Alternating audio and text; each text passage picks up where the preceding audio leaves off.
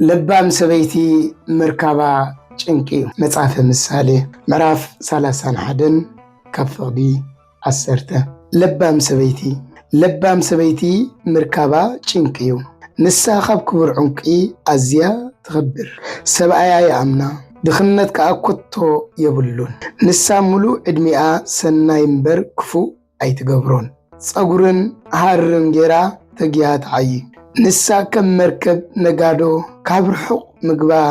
ተምጽእ ገና ለይቲ ኸሎ ትትንስእሞ ንስድራ ቤታ ምግቦም ትህቦም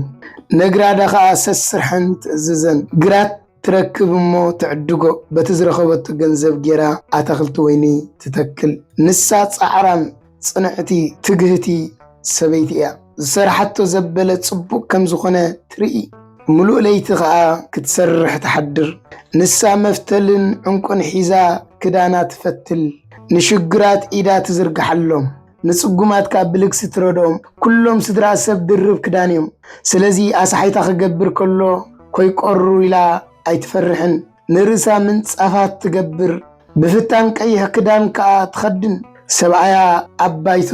ኣብ ማእኸል ዓዲ ምዝቕመጥ ምሩእ እዩ ጽቡቕ ቀሚስን መቕነትን እንዳዓለመት ንነጋዶ ትሸጠሎም ንሳ ሓይልን ክብርን እያ በቲ ዝመጽእ መዓልትኻ ኣይትጭነቕን እያ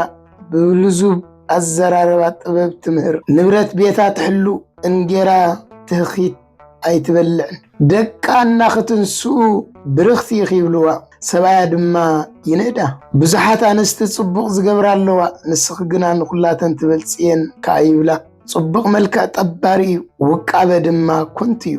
ንእግዚአብሔር እትፈርሕ ሰበይቲ ግና ክትናኣድ ይግባእ ፍረጻምዓ ሃብዋ ኣባይቶ ድማ ኩሉ ክነእዳ ጉቡ እዩ መጽሐፈ ምሳሌ ምዕራፍ 31 እታ ለባም ሰበይቲ ንምርካባ ጭንቅያ ለባም ሰበይቲ ጥበበኛ ሰበይቲ መስተውዓሊት ሰበይቲ ቤታ ትሃንጽ ሰበይቲ ደቃ ትሓቁፍ ሰበይቲ ሰብኣያ እትፍቅር ሰበይቲ ሰብኣያ እትኽብር ሰበይቲ ብሰብኣያን ብደቃን እትምጎስ ኣበዳባይካ እትኽብር እትምጎስ ሰበይቲ ንኽትኮኒ መጽሐፈ ምሳሌ ምዕራፍ 31 ካብ ፍቕዲ 10 ተሕስኪ ኣንብቢዮ ንምትግባሩ ድማ ተቓለሲ እግዚአብሔር ድማ ክረድኣኪ እዩ እታ ለባም ሰበይቲ